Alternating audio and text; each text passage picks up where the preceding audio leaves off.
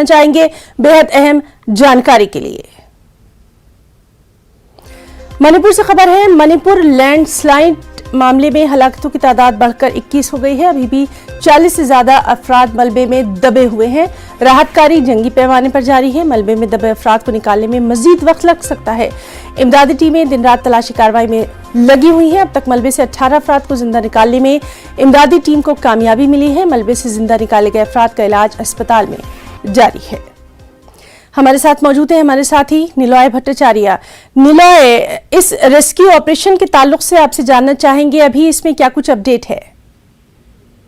जी हिना, आज सुबह तड़के सुबह से फिर से राहत और जो खोज अभियान है वो शुरू हो गया है। एनडीआरएफ, एसडीआरएफ, आर्मी के जवान लगे हुए हैं क्योंकि बहुत बड़े इलाके में वो भूस्खलन हुआ है। और ये तुपुल नोने जिले में तुपुल बोल के जो रेलवे यार्ड है जहाँ दुनिया के सबसे बड़ा रेलवे पुल, सबसे ऊंचा रेलवे पुल बन रहा है। जिरीबाम और इम्फाल जुड़ने के लिए जो 111 किलोमीटर की जो रेल मार्ग बन रही है वहां पर ये भूस्खलन हुआ है था।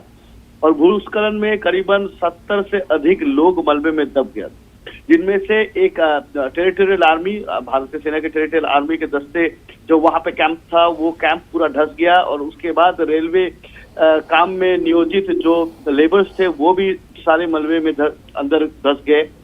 तो अभी तक करीबन 21 शवों को निकाला गया, जिनमें से 15 टेरिटोरियल आर्मी के जवान है, 5 सिविलियन है और करीबन 18 को जीवित वहां से रेस्क्यू किया गया है। हालांकि उनकी हालत नाजुक है और उनको अस्पतालों में दाखिल किया गया है। और करीबन 44 से 50 लोग अभी भी लापता है।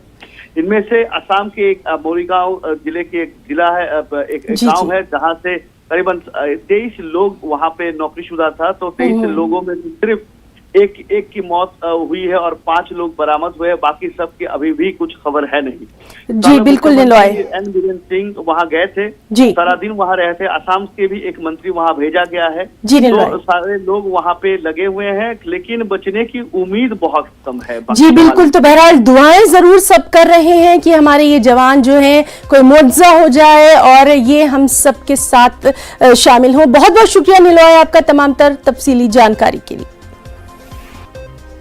आसाम से खबर है, जहां सैलाब का कहर जारी है। लोगों की हलाकत